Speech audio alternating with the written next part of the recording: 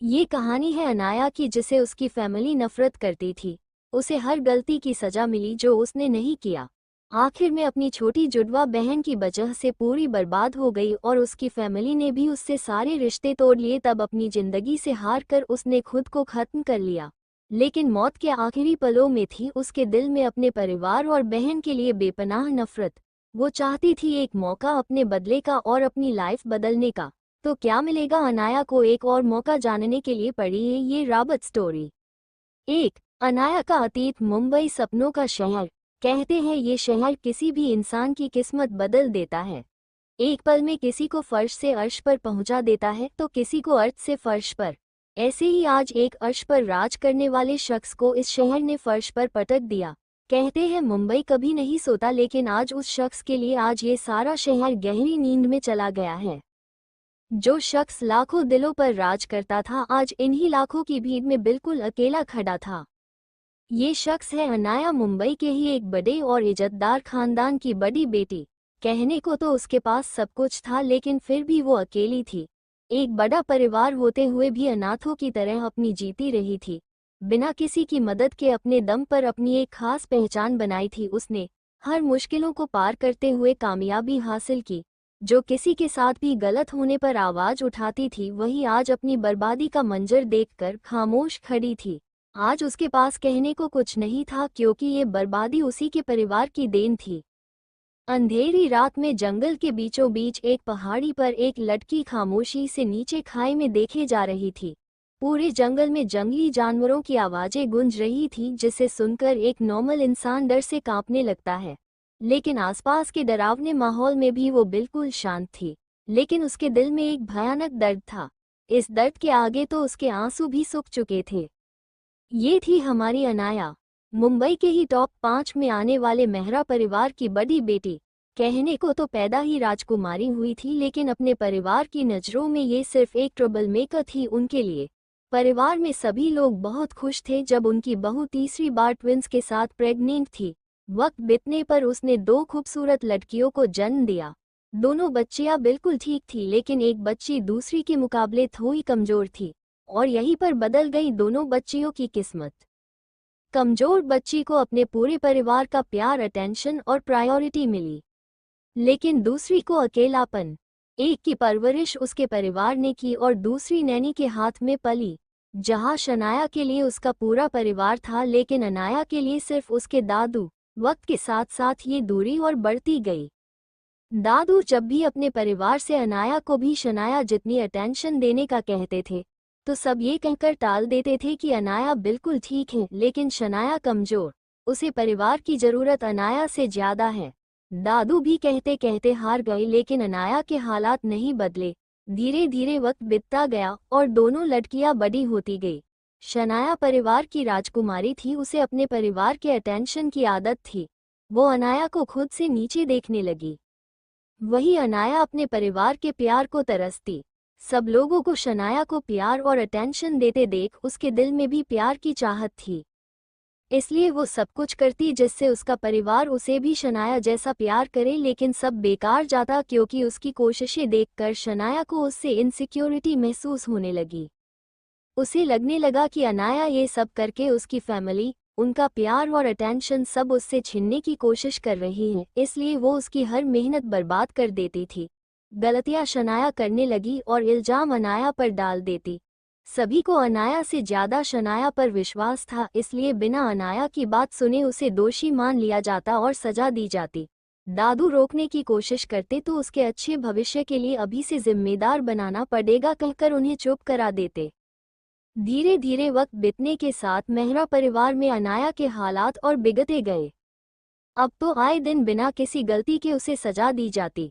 दादू भी बीमार रहने लगे, इसलिए वो भी उसके लिए ज्यादा कुछ नहीं कर पाते थे, बस मजबूर होकर अपनी पोती को तकलीफ में देख सकते थे। कहने को तो परिवार के बड़े थे, लेकिन अब परिवार की सारी बागडोर उनके बेटे के हाथ में थी, इसलिए वो भी ज्यादा कुछ नहीं कह पाते थे। लेकिन परिवार के प्यार को तरसती अनाया आज भी इस उम्मीद में कोशिश करती रहती थी कि कभी तो उसका परिवार उसे अपनाएगा। दादू भी उसकी उम्मीद तोड़ने की कोशिश नहीं करते थे, लेकिन एक दिन उसकी सारी उम्मीद टूट गई। वो 12 साल की थी तभी मेहरा हाउस में एंट्री हुई तरुण की, जो उसके बड़े भाई का दोस्त था। वो छुट्टियों में मुंबई घूमने आया था। अपने हंसमुख स्वभाव की वजह से मेहरा हाउस में सभी लोग उसे पसंद करते थे, खासकर शनाया। वो अपनी टीनेज में थी, इसलिए वो उसकी तरफ अट्रैक्ट हो गई। तरुण उसका सीक्रेट क्रश भी था। वो ज्यादा वक्त उसके साथ बिताती थी, उसका साथ उसे अच्छा लगता था। लेकिन तरुण की नजरें हमेशा अनाया पर होती थी। उम्र के साथ साथ अनाया की खूबसूरती और निखरती जा रही थी, जिससे तरुण उसकी तरफ अट्रैक्ट हो रहा था। भले ही अनाया टीनेज थी, लेकिन तरुण 20 साल का था और अपने परिवार के लाड प्यार में बिगड़ चुका था। अनाया को पाने का लालच उसकी आंखों में साफ नजर आता था। मेहरा परिवार में अनाया के हालात देखकर उसे समझ आ गया था कि उन्हें उसकी कोई फिक्र नहीं थी। वो अनाया का फायदा आराम से उठा सकता था। इन सब से दूर अनाया अपने परिवार को खुश करने में बिजी थी।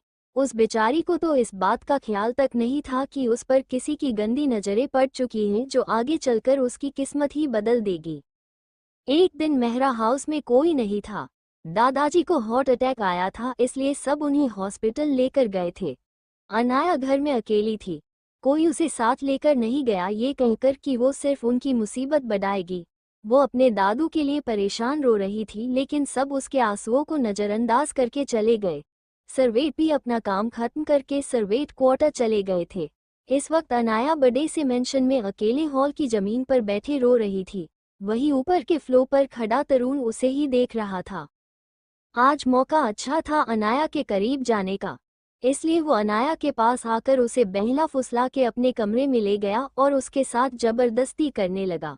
12 साल की मासूम अनाया को भले ही उसकी नीयत समझ न आई हो, लेकिन उसके टच से गंदा महसूस होने लगा। वो खुद को बचाने की कोशिश करने लगी, लेकिन तरुण उम्र और ताकत दोनों में उससे ज्यादा था। लेकिन हार ना मानते हुए बेड के पास रखे जग को उठाते हुए अनाया ने उसके सिर पर दे मारा। जग कांच का था, जो उसके सिर पर लगते ही टूट गया और कुछ कांच के टुकड़े उसके सिर में लग गए, जिसमें से खून निकलने लगा। तरुण अपने सिर पर हाथ रखकर दर्द महसूस कर रहा था। तभी अनाया, जो ये सब देखकर डर गई थी, भागते हुए कमरे से निकल गई और हॉल में आ गई। वो बेसुध सी दौड़ाते हुए दरवाजे तक पहुंची ही थी कि किसी से टकराकर गिर गई। गिरने से वो होश में आई और सामने देखा तो उसका पूरा परिवार खड़ा था और वो अपने पापा से टकराई थी। अपने पापा को देखकर जल्दी से उसने गले लग गई। दादाजी को एसिडिटी का प्रॉब्लम हुआ था और अब वो बिल्कुल ठीक थे, इसलिए उन्हें उनके केयर टेकर के हवाले करके सभी लोग घर आ गए। अनाया को रोते देख उसकी मां ने रोने की वजह पूछी और वो कुछ कहती कि तभी पीछे से अपने सिर को संभालते हुए तरुण आ गया। सबने उसकी चोट देखकर पूछा कि चोट कैसे लगी। वही सबको अचानक देखकर पहले तो वो थोड़ा घबरा गया, फिर खुद को शांत करके बताया कि आज जब घर में कोई नहीं था तो अनाया उसके करीब आने की कोशिश करने लगी और उसके मना करने पर उसका सिर फोड़कर भाग गई और आपके सामने रोने का नाटक करने लगी। ये सुनकर सब लोग गुस्से में आ गए। शनाया, जो अनाया की खूबसूरती की वजह से पहले से ही उससे जलती थी, जब उसे पता चला कि अनाया ने तरुण के करीब जाने की कोशिश की तो उससे नफरत करने लगी। उसने तरुण की बात को सच करते हुए सबको बताया कि अनाया को वो पहले से ही पसंद था, इसलिए कई बार वो उससे लड़ी भी है तरुण को लेकर। सबको शनाया और तरुण की बात सुनकर उन पर यकीन हो गया, इसलिए अनाया को बिना किसी गलती के सजा दी। उसके पापा ने पहली बार उस पर हाथ भी उठाया। उसने कितनी ही कोशिश की अपनी सफाई देने की, लेकिन किसी ने उसकी नहीं सुनी और उसे हॉस्टल भेज दिया। 2 दिन बाद दादाजी हॉस्पिटल से ठीक होकर घर आए तो उन्हें सारी सच्चाई पता चली। उन्होंने अनाया पर विश्वास न करने के लिए सबको डांट लगाई और अनाया को हॉस्टल से वापस लेकर आ गए। लेकिन इस हादसे ने अनाया की मासूमियत को मार दिया था। वो मन ही मन मान चुकी थी कि उसका कोई परिवार नहीं है सिवाय दादाजी के। अब वो अपना पूरा वक्त अपनी पढ़ाई में बिताती या फिर दादाजी के साथ। अब उसे उसके परिवार से कोई मतलब नहीं रहा था।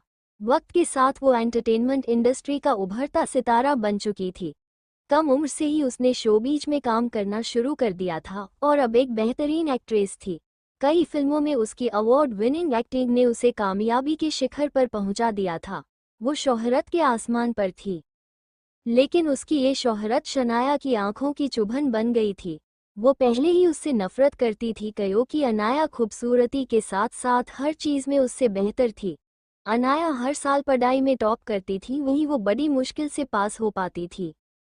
अनाया के साथ साथ उसने भी एंटरटेनमेंट इंडस्ट्री में कदम रखा था, लेकिन जहां अनाया बिना फैमिली सपोर्ट के मेहनत के साथ आज एक कामयाब एक्ट्रेस थी, वहीं वो फैमिली सपोर्ट के बावजूद उसके काफी पीछे थी। उसकी ऐसी जलन और नफरत ने उसके दिमाग में ऐसी साजिश रची जिसने अनाया का सब कुछ छीन लिया। आज शनाया ने उसे ड्रग्स देकर एक आदमी को बेच दिया था। वो आदमी पूरी रात उसके साथ हैवानियत करता रहा। अपनी बर्बादी के दरवाजे पर खड़ी अनाया ड्रग्स के नशे में चूर अपनी इज्जत गंवा चुकी थी। अगले दिन मीडिया ने हर न्यूज में उसकी इज्जत की धज्जियां उड़ा दी। एक पल में उसका सब कुछ बर्बाद हो गया। उसके परिवार वाले पहले ही उसे पसंद नहीं करते थे। इस हादसे के बाद उससे अपने सारे रिश्ते खत्म कर चुके थे। उसका अकेला सहारा उसके दादू अपनी पोती की बर्बादी बर्दाश्त नहीं कर पाए। उन्हें हार्ट अटैक आया और वो चल बसे। अकेली खड़ी अनाया को शनाया ने बताया कि ये उसकी ही प्लानिंग थी जिसने उसे पूरी तरह बर्बाद कर दिया। शनाया की बातें सुनकर अनाया के होश उड़ गए। वो बहन जिसके साथ उसका सबसे गहरा रिश्ता था, जिसके साथ माँ की कोख में 9 महीने का सफर बिताया था, जिसके साथ इस दुनिया में आई, वो ही उससे इतनी नफरत करती है कि उसे ऐसे बर्बाद करने को तैयार हो गई। अपने अतीत के दर्द को याद कर अनाया के चेहरे पर आंसू बहने लगे। 2. अनाया का दर्द और मौत। अब तक हमने अनाया का अतीत पढ़ा, अब आगे। देश के हर न्यूज चैनल पर अनाया की बर्बादी की खबर जोरों से चल रही थी। कल तक जिसके लाखों फैंस उसकी कामयाबी पर खुश थे, वो ही आज उसे गाली दे रहे थे। जो एंटरटेनमेंट इंडस्ट्री के सिर का ताज थी, आज उसी इंडस्ट्री में वो ब्लैकलिस्ट हो चुकी थी। इन सबसे दूर जंगल में एक पहाड़ी पर अनाया अपने अतीत से आज तक के दर्द को याद कर आंसू बहा रही थी। आखिर में अपने दर्द को बर्दाश्त नहीं कर पाई और जोरदार चीख के साथ वही जमीन पर गिर गई। क्यों भगवान क्यों? आखिर मैंने किया क्या है? क्या बिगाड़ा था किसी का जो ये सजा मिली मुझे? मैंने तो सिर्फ परिवार का साथ मांगा था, उनका प्यार मांगा था। ये कोई गुनाह तो नहीं, फिर मुझे इसकी सजा क्यों मिली? एक भरा पूरा परिवार होने के बाद भी मैं अकेली क्यों हूँ? एक ही वक्त में एक ही साथ माँ की कोख में रहने वाली बहन जिसके साथ इस दुनिया में कदम रखा, उसे मुझसे इतनी नफरत क्यों है? क्यों सब मुझसे इतनी नफरत करते हैं? कहकर फपक कर रो पड़ी। मैंने अपनी पूरी जिंदगी अकेले ही बिता दी, आगे भी अकेले रह लेती, फिर क्यों शनाया ने मुझे बर्बाद किया? अगर मेरी किस्मत में अकेलापन ही था तो क्यों जन्म दिया मुझे एक परिवार में? क्या कुछ नहीं किया मैंने सबके लिए, लेकिन क्या मिला मुझे? आज बिल्कुल अकेली हूँ मैं। कौन सुनेगा मेरी? किससे कहूँ मेरा रेप हुआ है?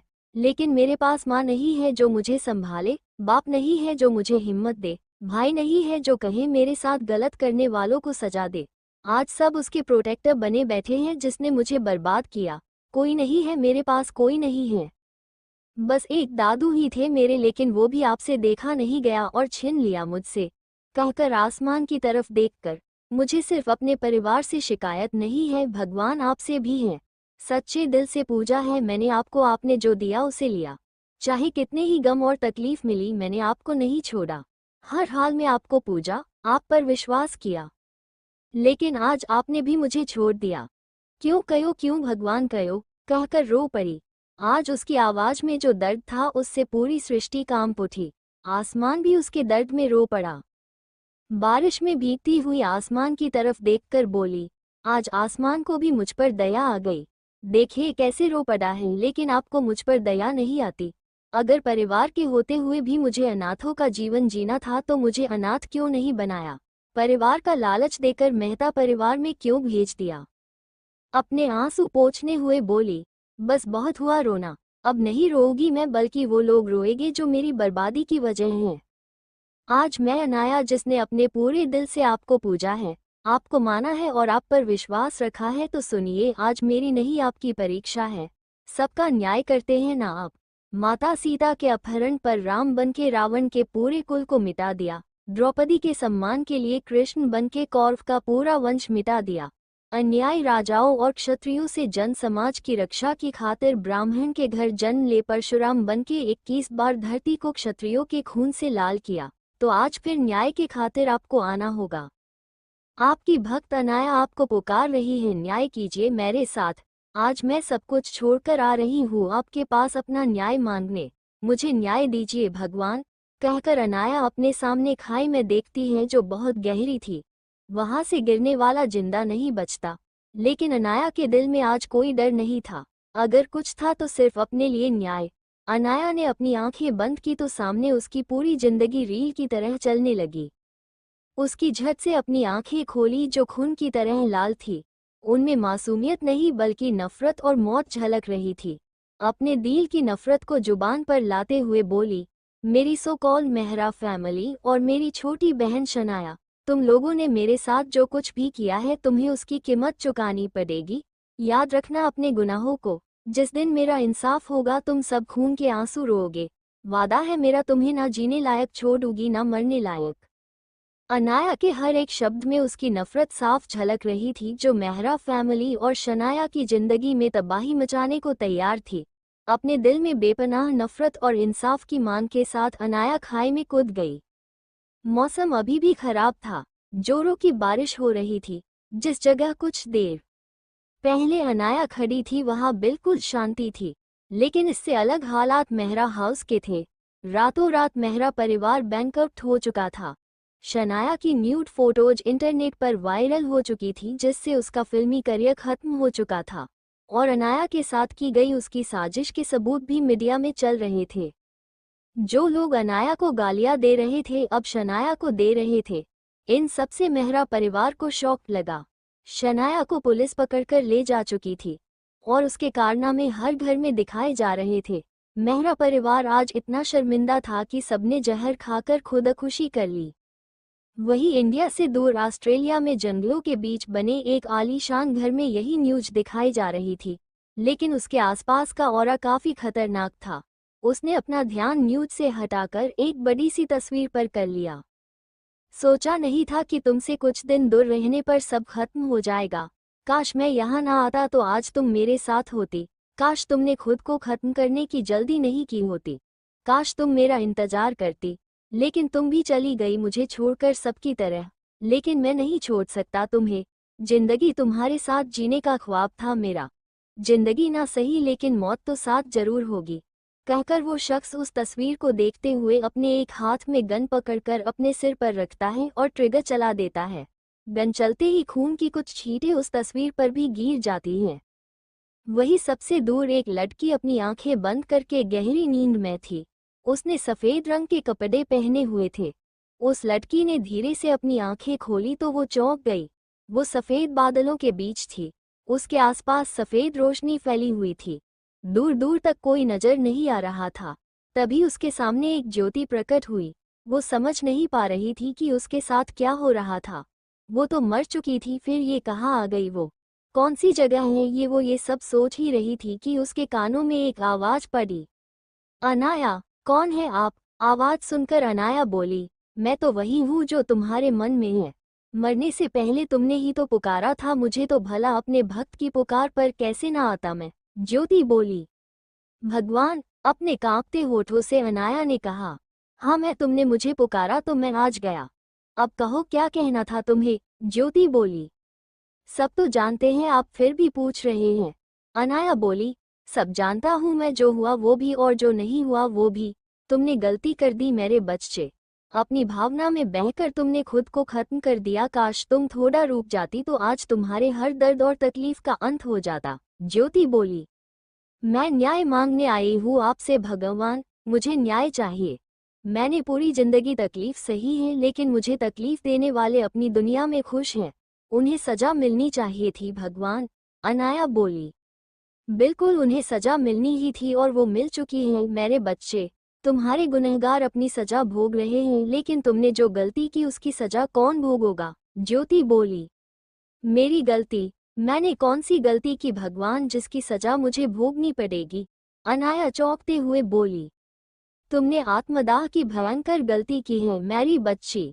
मरना हर समस्या का हल नहीं होता। शास्त्रों का ज्ञान रखने के बावजूद तुम ये गलती कर बैठी। ज्योति बोली, जानती हूँ भगवान, लेकिन मेरे पास जीने की कोई वजह नहीं बची थी।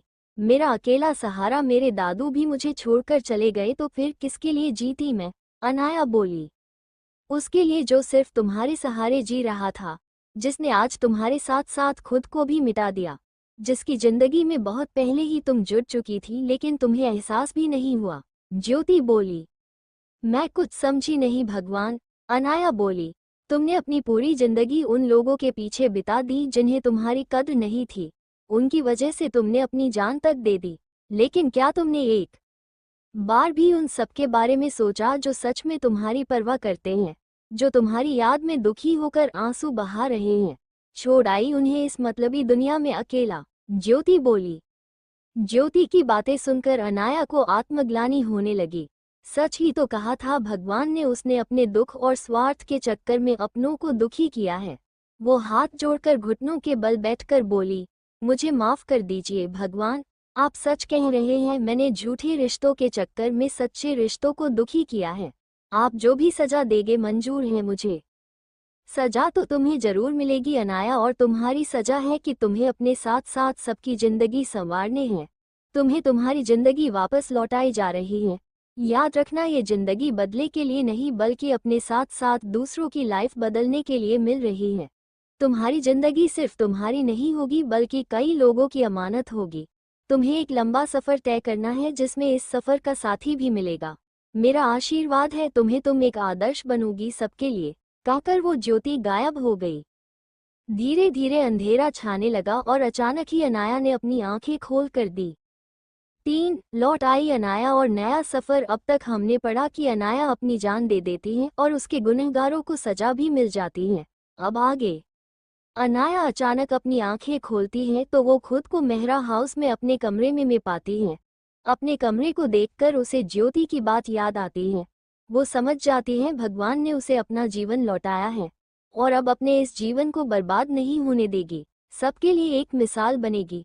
उसने भगवान को धन्यवाद किया। वो वक्त में पीछे तो लौट आई, लेकिन कौन से वक्त में ये पता नहीं था। इसलिए खुद को मिरर के सामने खड़ा किया। मिरर में अपने अक्स को देखकर हैरान हो गई। वाकई बहुत खूबसूरत थी वो, लेकिन उसकी इसी खूबसूरत चेहरे पर थप्पड़ के निशान थे। आंखें सूजी हुई थी, चेहरे पर आंसुओं के निशान थे और बाल बिखरे हुए थे। और कुछ देर पहले जब वो जागी थी तब वो जमीन पर थी। वो समझ गई कि वो उस वक्त में लौट आई है जब उसकी बर्बादी की शुरुआत हुई थी। तरुण ने उसके साथ जबरदस्ती की थी और उसके पिता ने उस पर पहली बार हाथ उठाया था। कल उसे हॉस्टल भेजा जाएगा, मतलब उसके पास केवल आज की रात है। अगर आज वो यहाँ से नहीं गई तो फिर कभी नहीं जा पाएगी। एक बार उसने अपने चेहरे पर बने थप्पड़ के निशान पर हाथ फेरकर अनाया बोली, मिस्टर राजीव मेहरा, आज तक आपने केवल एक ही बेटी को प्यार दिया और उसकी केयर की है, लेकिन आज के बाद अब से आपकी एक ही बेटी रहेगी। ये निशान आपके परिवार से मेरे रिश्ते की अर्थी है जिसे मैंने धोया है, लेकिन अब नहीं। अब से अनाया अपने लिए जिएगी, उनके लिए जिएगी जो अनाया के सच्चे रिश्ते हैं। अब रिश्तों के पीछे नहीं भागूगी बल्कि अपने नए रिश्ते बनाओगी, कहकर पलट जाती हैं। अलमारी से कुछ कपड़े, जरूरी सामान, कुछ पैसे और अपने सारे डॉक्यूमेंट और सर्टिफिकेट की फाइल निकालकर एक छोटे से बैग में डाल दी। फिर अपने कमरे से बाहर निकलकर हॉल में आई जहां चारों तरफ शांति थी। ये शांति उसकी जिंदगी में तूफान आने के बाद गई थी। सब अपने अपने कमरे में चैन की नींद सो रहे थे। वो कड़वाहट से मुस्कुराई और मेंशन के बाहर निकल गई। सभी बॉडीगार्ड से छिपते हुए सर्वेंट क्वार्टर तक पहुंची और एक रूम का दरवाजा खटखटाया। कुछ देर बाद एक 40 साल की औरत ने दरवाजा खोला और सामने अनाया को देखकर चौंक गई। एक नज़र चारों तरफ घुमाकर जल्दी से अनाया को अंदर ले आई और छोटे से पलंग पर बिठाकर बोली, अनु बेबी, आप यहाँ क्या कर रहे हो? इतनी रात को अगर किसी ने आपको यहाँ देख लिया तो सब गुस्सा करेंगे। सविता माँ, मैं जानती हूँ कि आपको मेरी चिंता है, लेकिन अब अगर मैं यहाँ रही तो इन सब लोगों की वजह से बेमौत मारी जाओगी, अनाया बोली। लेकिन वो आपके माता पिता हैं, उन्हें छोड़कर आप कहाँ जा सकती हैं?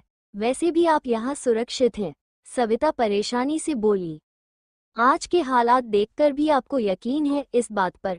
अनाया ने करवाहट से कहा तो सविता की आंखों में नमी छा गई और उसने अपना सिर झुकाए लिया। रोइए मत सविता माँ, भगवान सब देख रहा है। हर किसी को अपने कर्मों का फल भोगना पड़ेगा, लेकिन मेरा अभी जाना ही जरूरी है। अगर आज मैं यहाँ से नहीं गई तो फिर कभी यहाँ से निकल नहीं पाऊगी। अपने अच्छे भविष्य के लिए मुझे ये करना ही पड़ेगा, अनाया ने उन्हें समझाया। बड़े साहब कैसे रहेंगे आपके बिना?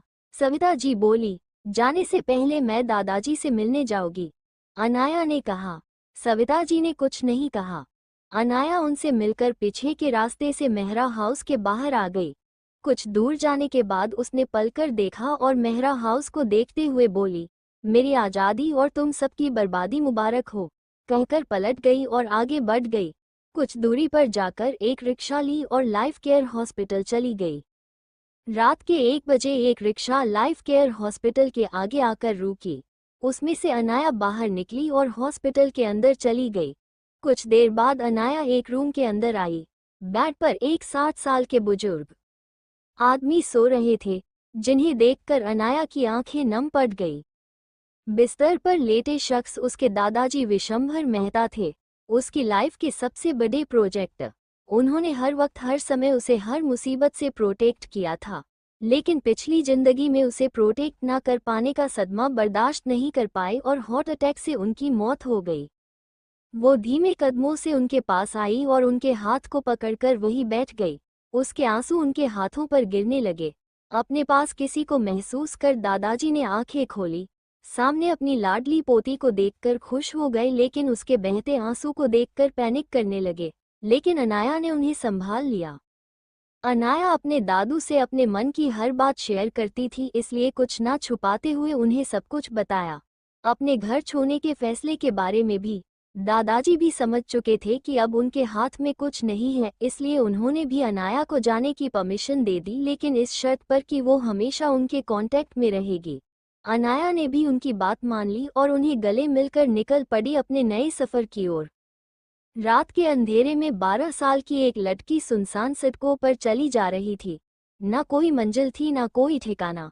उसकी राहें उसे किस ओर ले जाएगी ये भी पता नहीं था। पता था तो बस इतना कि उसका रास्ता काफी लंबा है, उसे अभी काफी चलना पड़ेगा।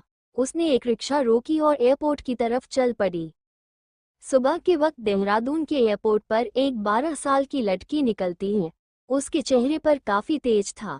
ये लड़की कोई और नहीं अनाया थी, जो अपने नए सफर की तलाश में देहरादून आई थी, लेकिन इस बात से अनजान कि ये शहर उसकी दुनिया बदल देगा। वो एयरपोर्ट से बाहर आई तो उसकी नज़र मीडिया पर पड़ी। वो देहरादून अपनी दूसरी फेमस पेंटर नाया की पहचान के साथ आई थी, जिसे आज तक किसी ने नहीं देखा था।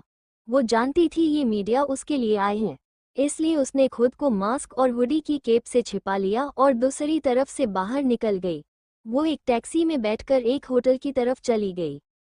कुछ देर बाद अनाया अपने होटल रूम में बैठी अपने सामने बैठी 25 साल की लड़की को घूर रही थी, जो अपना पेट पके हंसी जा रही थी। वो लड़की फेमस पेंटर नाया यानी उसकी एजेंट थी, जो उसकी बनाई पेंटिंग्स को आर्ट गैलरी तक पहुंचाती थी।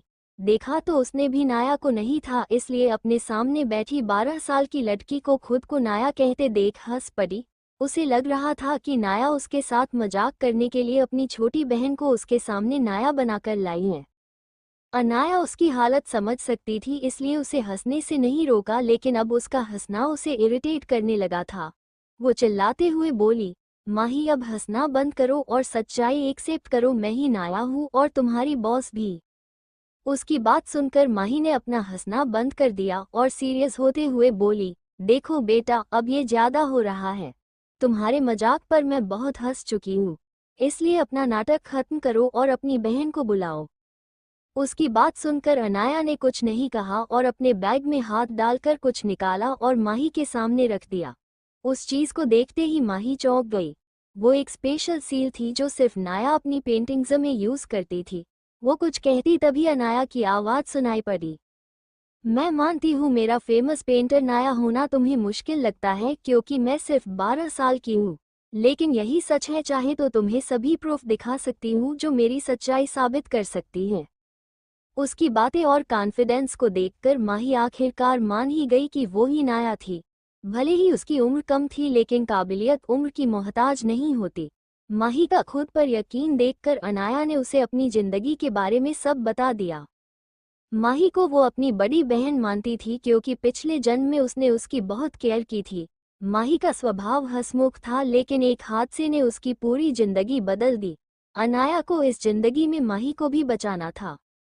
कुछ देर बात करने के बाद माही ने अनाया के लिए अपने नाम से एक घर रेंट पर ले लिया ताकि अनाया बिना किसी परेशानी के वहां रह सके।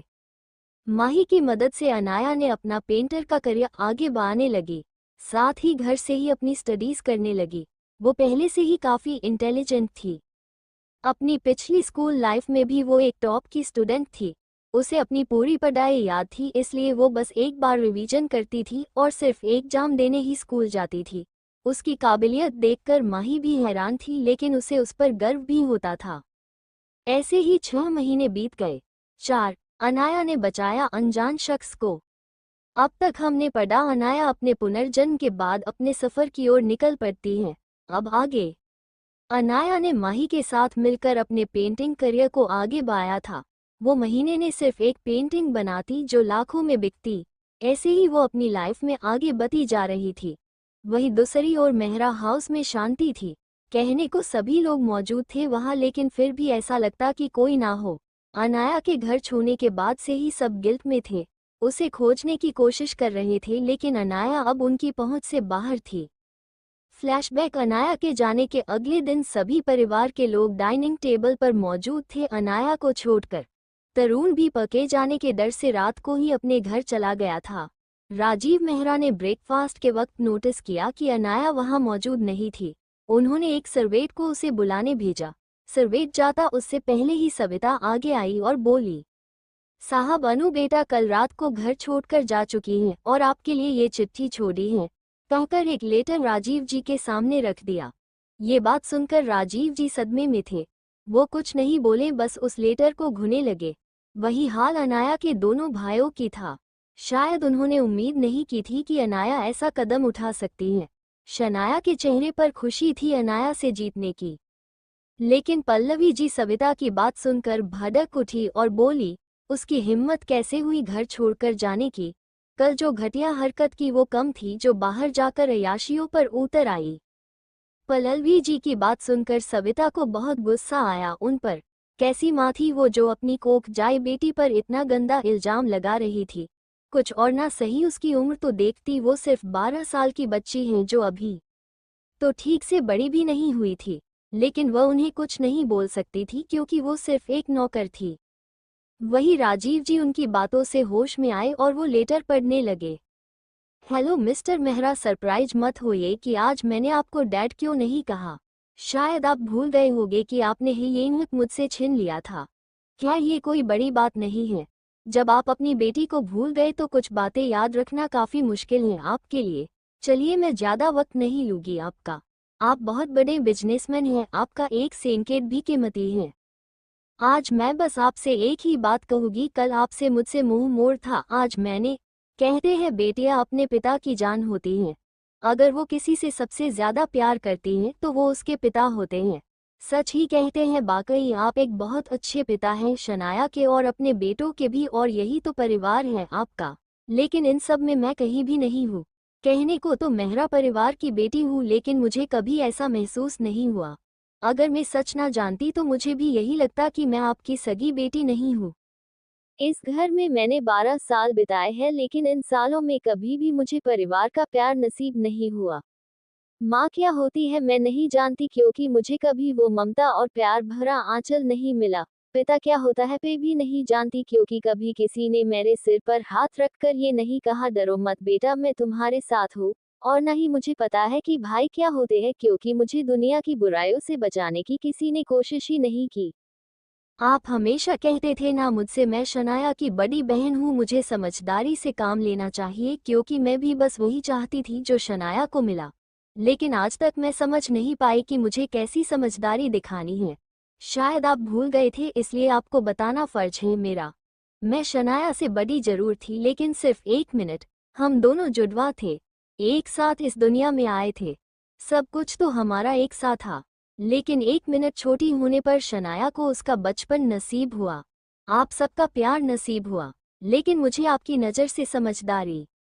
1 मिनट पहले पैदा होने के कारण मैं समझदार हूँ। लेकिन जो बच्चा अभी जन्मा है वो समझदार कैसे हो सकता है जो ठीक से अपने माँ बाप को ना पहचानता हो। मुझे तो आपकी गोद तक नसीब नहीं हुई। खैर, आपकी बातें मैं नहीं समझ सकती क्योंकि अभी भी मैं 12 साल की बच्ची ही हूँ। आपसे बस इतना कहूंगी कि आप एक बहुत अच्छे पति हैं मिसेज नेस्टर आदित्य। अनंत अच्छे हैं, लेकिन सिर्फ मिस्टर पल्लवी मेहरा के पिता भी बहुत अच्छे हैं और शनाया के, लेकिन मेरे लिए आप कुछ नहीं हैं। मैं आप सबसे दूर जा रही हूँ अपनी जिंदगी के नए सफर की ओर। जब तक आपको ये चिट्ठी मिलेगी मैं बहुत दूर जा चुकी होगी। वैसे तो मैं जानती हूँ आपको मेरी कोई परवाह नहीं है, इसलिए आप मुझे ढूंढने नहीं आएंगे। और गलती से भी मुझे ढूंढने आए तो इसका मतलब आपका गिल्ट नहीं ईगो होगा। मेरे इस तरह घर छोड़ने पर आपके ईगो को चोट जो पहुंची है, लेकिन आप कभी मुझे ढूंढ नहीं पाएंगे। मैं कहाँ हूँ, कैसे गई, ये सारे सबूत मिटा चुकी हूँ। मैं अपनी जिंदगी में आगे बढ़ चुकी हूँ, उम्मीद है आप सब भी बढ़ेंगे। अब हम कभी नहीं मिलेंगे। अगर गलती से हम एक दूसरे के सामने आए तो मुझे नज़रअंदाज ही कीजिएगा, क्योंकि मुझे आपके होने ना होने से कोई फर्क नहीं पड़ेगा। बिना किसी शिकायत के आप सबकी दुनिया से बहुत दूर जा रही हूँ, क्योंकि चुनने का हक सबको होता है। आपने शनाया को चुना और मैंने आप सबसे दूर जाना। और दादाजी की चिंता मत कीजिए, वो मेरे हर फैसले में मेरे साथ हैं। आखिरी बार अलविदा, आपकी कभी ना बन सकी बेटी अनाया। चिट्ठी के खत्म होते ही वहां सन्नाटा छा गया।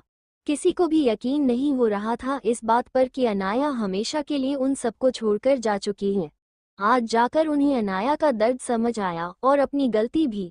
शनाया के लिए उन्होंने अनाया को छोड़ दिया, जबकि वो भी उतनी ही छोटी थी जितनी शनाया। लेकिन उन्होंने सिर्फ शनाया को प्यार दिया और अनाया को नौकरों के हवाले छोड़ दिया। कैसे वो बच्ची उनके पास प्यार की तलाश में आती थी और वो शनाया के आगे उसे भूल जाते थे। माता पिता को देखकर भाइयों ने भी अनाया से दूर होना शुरू कर दिया था। सच ही तो कहा था उसने, हम सब भूल चुके थे कि उनकी एक और बेटी और बहन भी थी। शनाया सिंगल नहीं थी, बल्कि अनाया की जुड़वा थी। लेकिन शनाया के आगे उन्होंने कुछ देखा ही नहीं। आज तो पल्लवी जी को भी अपनी गलती का एहसास हो रहा था। कुछ देर बाद उसे किसी कार के पहिए के तेज घसीटने की आवाज सुनाई पड़ी। अनाया वहीं खड़ी हो गई और पलट कर देखा। एक ब्लैक कार तेज स्पीड से उसकी तरफ आ रही है। कार की स्पीड और उसके बैलेंस को देखकर अनाया को समझते देर नहीं लगी कि कार का ड्राइवर कार पर से अपना कंट्रोल खो चुका है। कुछ ही देर में वो कार एक पेड़ से जाकर टकराई। इस टक्कर की आवाज बहुत तेज थी। कार का बोनट खुल चुका था और उसमें से धुआं निकल रहा था। अनाया जल्दी से कार के पास गई और दरवाजा खोलकर ड्राइवर को बाहर निकालने की कोशिश करने लगी। कार में एक 35-40 की उम्र का आदमी खून से लथपथ स्टीयरिंग पर अपने सिर को टिकाए खुद को होश में रखने की कोशिश कर रहा था। दरवाजा खुलने की आवाज सुनकर अपनी अधखुली आंखों से उसने वहां देखा। एक 10-12 साल की लड़की उसे जगाने की और कार से बाहर निकालने की कोशिश कर रही थी। वो उसे कुछ कह भी रही थी, लेकिन वो अभी कुछ भी कहने और सुनने की हालत में नहीं था। कुछ देर के बाद जब थोड़ा होश में आया तो उसने महसूस किया वो लड़की उसे घसीटते हुए झाड़ियों के बीच ले जा रही थी। वो कुछ बोलता कि उसने उस लड़की को वापस कार की तरफ जाते हुए देखा। अनाया ने कार के पास जाकर उसका फ्यूल टैंक पास पड़े पत्थर से तोड़ दिया, जिससे कार के आसपास फ्यूल फैल गया। वो जल्दी से उसके पास दौड़कर आई और अपने पास से लाइटर निकालकर फ्यूल में फेंक दिया। कुछ ही देर में फ्यूल ने आग पकड़ ली और कार एक तेज आवाज के साथ ब्लास्ट हो गई। कार के ब्लास्ट होने के कुछ देर बाद कुछ लोग वहां आए। वो सभी ट्रेन बॉडीगार्ड्स लग रहे थे। कार को जलते देख उन्हें लगा कार का ड्राइवर भी कार के साथ जलकर मर गया और वो सभी लोग वापस चले गए। उनके जाने के कुछ देर बाद अनाया ने एक गहरी सांस ली। वो समझ गई कि अब उसके पास जख्मी हालत में लेटा शख्स पूरी तरह से सुरक्षित था। ऐसा नहीं था कि अनाया उन गार्ड से लड़ नहीं सकती थी या उस घायल शख्स को बचा नहीं सकती थी। वो बस 12 साल की छोटी बच्ची थी और सामने ट्रेंड 1 दर्जन से ज्यादा बॉडीगार्ड्स। और जब काम दिमाग से हो सकता है तो ताकत की जरूरत नहीं होती। वही वो घायल शख्स अभी हुए इंसिडेंट को देखकर हैरान था। उसे यकीन नहीं हो रहा था इस छोटी सी बच्ची ने अपने तेज दिमाग से न सिर्फ उसे सुरक्षित कर लिया, साथ ही उसके पीछे पड़े गाइस को भी चकमा दे दिया। कुछ देर पहले वो अपनी जिंदगी के लिए खुद को होश में रखने की कोशिश कर रहा था, तभी ये छोटी सी बच्ची उसके पास आई और खुद से भी ज्यादा मजबूत और ताकतवर इंसान को घसीटते हुए झाड़ियों में ले गई। थोड़ी देर बाद जब वो वापस कार के पास गई तो वो कंफ्यूज हो गया, आखिर वो कर क्या रही थी। वो भले ही पूरा होश में नहीं था, लेकिन उसके सेंसेस बहुत तेज थे। उसे कुछ कदमों की आवाज सुनाई पड़ी। उसके तुरंत बाद इस बच्ची ने उसकी कार ब्लास्ट कर दी। उस शख्स को समझते देर नहीं लगी, आखिर वो बच्ची क्या करने की कोशिश कर रही थी। 5. अनाया और निखिल की नोकझोंक। एक अब तक हमने पढ़ा अनाया एक अनजान शख्स को बचाती है। अब आगे। जब अनाया को लगता है कि सब ठीक है तो वो घायल शख्स को देखती है जो अपनी आंखें बंद करके लेटा हुआ था। वो बेहोश समझकर उसे थोड़ा हिलाती है तो वो शख्स अपनी आंखें खोलकर उसे देखता है। उसको होश में देखकर अनाया रिलैक्स होती है। ये जगह बहुत सुनसान है। किसी भी ट्रांसपोर्ट के मिलने की कोई उम्मीद नहीं है। मैं आपको हॉस्पिटल नहीं ले जा सकती। क्या आप मदद के लिए किसी को बुला सकते हैं? अनाया बोली। कुछ देर पहले मैंने अपने आदमियों को मैसेज भेज दिया था, वो आते ही होंगे, घायल शख्स ने धीमी आवाज में कहा। उसकी धीमी पड़ती सांसों को देखकर अनाया ने उसे बोलने से मना किया। कुछ ही देर हुई होगी कि एक के बाद एक कई कारें उस जगह पर आके रुकी और उनमें से की बॉडीगार्ड्स बाहर आए। बीच की कार का दरवाजा खुला और घायल शख्स के उम्र का ही एक शख्स उसमें से बाहर निकला और सबके साथ झाड़ियों में कुछ ढूंढने लगा। अनाया उन सबका देखकर कंफ्यूज थी कि वो दोस्त हैं या दुश्मन। तभी उसे अपने हाथ पर किसी की पकड़ महसूस हुई। उसने पलटकर देखा तो वो घायल शख्स उसके हाथ को पकड़कर अपनी पलकें झपका देता है। वो समझ जाती हैं वो लोग दोस्त थे। वो उन्हें आवाज देती हैं। सुनसान जगह में एक प्यारी और मीठी आवाज सुनकर सब हैरान रह जाते हैं और उस आवाज की तरफ जाते हैं। उसकी नज़र झाड़ियों में बैठी एक छोटी सी बच्ची पर जाती है। उसे वहां देखकर सब परेशान हो जाते हैं, आखिर कौन है ये बच्ची और इस वक्त इस सुनसान रास्ते पर क्या कर रही है। तभी उनका ध्यान अनाया की आवाज से टूटता है। क्या आप लोग इन्हें ढूंढ रहे हैं? अनाया कहती है। उसकी बात सुनकर गाइस के साथ खड़ा आदमी थोड़ा आगे आता है और झाड़ियों को हटाकर देखता है। घायल शख्स को देखकर वो आदमी उसके पास जाता है और पूछता है, वीरेन तुम ठीक हो? बदले में वो शख्स भी पलके झपकाकर हाँ कहता है। वो आदमी चैम्बर की सांस लेकर अपने बॉडीगार्ड्स की मदद से उसे कार में बैठाने की कोशिश करता है, लेकिन वो घायल शख्स अनाया का हाथ मजबूती से पकड़ लेता है और उस आदमी की तरफ देखता है।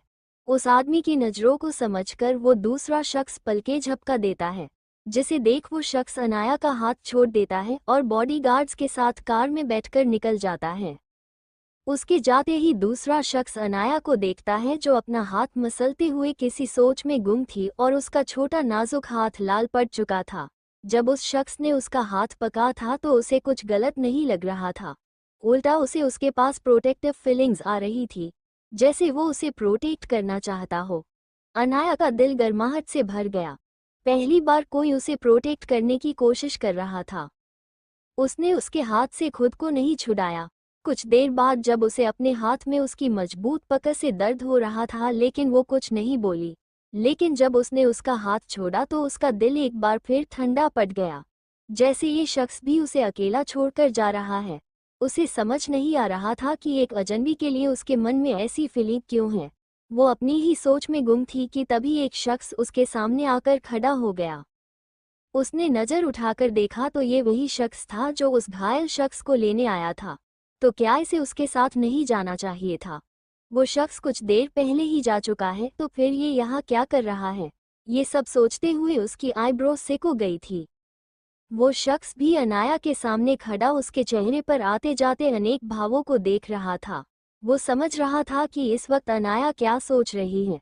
उसने जल्दी से उसका हाथ पकड़ा और कार में बैठा दिया और खुद भी कार में बैठ गया। उसके बैठते ही कार रवाना हो गई। दूसरी तरफ अनाया अपनी सोच में इस कदर गुम थी कि उसे पता ही नहीं चला कि कब वो कार में बैठी। खुद को कार में देख वो हैरान हो गई। कुछ देर में जब उसे समझ आया तो उसने अपनी आंखें कसकर बंद कर ली। थोड़ी देर बाद उसने आंखें खोली तो उसकी आंखें लाल खून सी लाल थी। उसे बहुत तेज गुस्सा आ रहा था। उसने अपने बाजू में सिर घुमाया तो एक 35 के आसपास का शख्स उसे देखकर मुस्कुरा रहा था। ये वही शख्स था जो उस घायल आदमी को लेने आया था, लेकिन अब उसका किडनैप करके ले जा रहा था। उसके चेहरे की स्माइल ने उसके गुस्से को और भड़का दिया। अनाया ने आवाज देखा ना ताव और उस इंसान पर झपट पड़ी। अब आलम ये था कि वो शख्स कार की सीट पर आधा लेटा था और अनाया उसके उस पर थोड़ा झुकी हुई थी और अपने छोटे से हाथ में उसकी गर्दन पकड़ रखी थी। वो शख्स भी अनाया की इस हरकत से हैरान था। उसकी नज़र में वो एक छोटी और प्यारी बच्ची थी जिसे प्यार से हैंडल करना था, लेकिन ये तो छोटी शेरनी निकली जिसने उस पर झपटा मारकर उसकी गर्दन पकड़ रखी थी। हालांकि उसके सामने वो अभी भी बच्ची ही थी। उसके पकड़ इतनी सी उम्र में भी काफ़ी मजबूत थी, लेकिन इतनी भी नहीं कि वो उसे चोट पहुंचा सके। वो अभी कुछ कहता कि उसे अनाया की आवाज़ सुनाई पड़ी। कौन हो तुम? और तुम्हारी हिम्मत कैसे हुई मुझे किडनैप करने की? तुम तो उस घायल शख्स को लेने आए थे ना, तो उसके साथ क्यों नहीं गए? उल्टा मुझे ही किडनैप कर रहे हो। उसने एक एक शब्द दांत पीसते हुए कहा। उसकी आवाज में गुस्सा साफ झलक रहा था। उसके हर शब्द के साथ उसकी गर्दन पर पकड़ कसती जा रही थी, जिससे उस शख्स को भी अब हल्का दर्द महसूस होने लगा।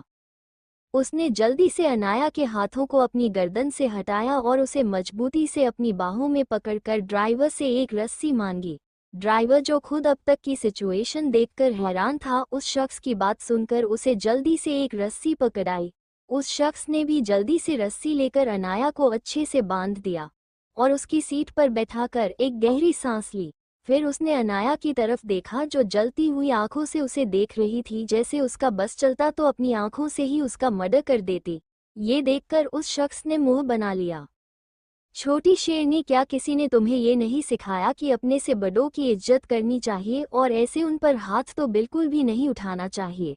कहकर शिकायती नजरों से उसे देखने लगा, जो अभी भी उसे बुरी तरह से घूर रही थी। ये शख्स उसके लिए खतरा नहीं था, ये महसूस कर अनाया ने खुद को रस्सी से छुड़ाने की कोशिश नहीं की। लेकिन पहले बिना मर्जी के उसे किडनैप करना और अब ऐसे रस्सी से बांधना उसे बिल्कुल पसंद नहीं आया। और ऊपर से ये शख्स उसे बेफिजूल की बकवास और शिकायत कर रहा था। उसके गुने को भी इग्नोर कर दिया। उसके ख्यालों से अनजान वो शख्स बोला, मैं तो वैसे ही तुम्हारे सारे सवालों का जवाब देने वाला था, तुम्हें इतना हाइपर होने की क्या ज़रूरत थी? खैर छोड़ो, ये सब मैं बताता हूँ कि तुम्हें ऐसे लाने का क्या मतलब था। वैसे तो मुझे पता है कि तुम अभी छोटी बच्ची हो, लेकिन अभी की तुम्हारी हरकत से मैं इतना तो समझ चुका हूँ कि अगर मैं तुम्हें नहीं बांधता तो हम जहाँ जा रहे हैं वहाँ मैं पक्का टूटी फूटी हालत में पहुँचता। इसलिए मेरा ऐसा करना जरूरी था। वैसे तो तुमने मुझ पर हाथ उठाया है, इसलिए मुझे तुमसे गुस्सा होना चाहिए और तुम्हें यही बीच रास्ते में छोड़ देना चाहिए। लेकिन मेरे दोस्त ने तुम्हें साथ लाने को कहा है। साथ ही मेरा दिल भी बहुत बड़ा है। मैं वहाँ सुनसान रास्ते पर नहीं छोड़ सकता था, इसलिए तुम्हें अपने साथ लाया हूँ। और अब तुम मेरे साथ हॉस्पिटल चल रही हो और जब तक मेरा दोस्त नहीं चाहता तब तक मैं तुम्हें कहीं नहीं जाने दे सकता। निखिल बिना अनाया की तरफ देखे अपनी धुन में बोले जा रहा था, जो उसकी लंबी चौड़ी बातों से परेशान होकर फ्रस्ट्रेट हो चुकी थी। उसका मन कर रहा था कि इस चलती फिरती बातों की दुकान का मुंह तोड़ दे। कब से बकवास किए जा रहा था। छोटे से सवाल के जवाब में पूरी स्पीच कह डाली। आगे बैठा ड्राइवर भी अपने बॉस की नॉनस्टॉप बातों से परेशान हो चुका था। उसका दिल चाह रहा था कि वो कार यहीं छोड़कर कहीं भाग जाए। उसने फ्रंट मिरर से पीछे की सीट पर बैठी अनाया को देखा, जो खुद भी परेशान थी। आज उसे अपने बॉस की जगह ये छोटी बच्ची ज्यादा समझदार लग रही थी। अनाया निखिल की बातों से परेशान हो चुकी थी। उसने जैसे तैसे खुद को रस्सी से छुड़ाया और निखिल के मुंह पर हाथ रख दिया। बस कितना बोलते हो तुम? खबरदार, जो अब एक भी शब्द कहा तो अपने एक पंच को उसके सामने करते हुए बोली, मैं तुम्हारी ये बसीती ही तोड़ दूंगी। और मुझे कम मत समझना। मेरी ताकत का छोटा सा नमूना तुम्हारी गर्दन पर बने निशान है, देखना जरूर। तुम्हारी बकवास से मेरा सिर दुखने लगा है। कहकर उससे दूर अपनी सीट पर जाकर बैठ गई। अपने सिर को सीट पर टिकाकर अपनी आंखें बंद करके एक हाथ से अपना सिर मसलने लगी। वही उसकी इस हरकत को देखकर और उसकी धमकी को सुनकर निखिल हैरान रह गया। क्या उसकी पावर इतनी कम ही गई है कि एक छोटी सी बच्ची उसे धमका रही है? ये सोचकर उसका मुंह बन गया। लेकिन उसने उसे दोबारा धमकाने की हिम्मत नहीं की और चुपचाप अपनी सीट पर बैठकर मोबाइल चलाने लगा। वही आगे बैठा ड्राइवर अनाया को देवी की तरह देख रहा था। वो ये सोचकर खुश था कि आज उसके इस बड़बोले बॉस की किसी ने बोलती बंद कर दी थी, और वो भी एक छोटी बच्ची ने। कुछ देर बाद सारी कारें हॉस्पिटल की पार्किंग में पहुंची। उसमें से निखिल अनाया के साथ बाहर निकलकर लिफ्ट में चला गया।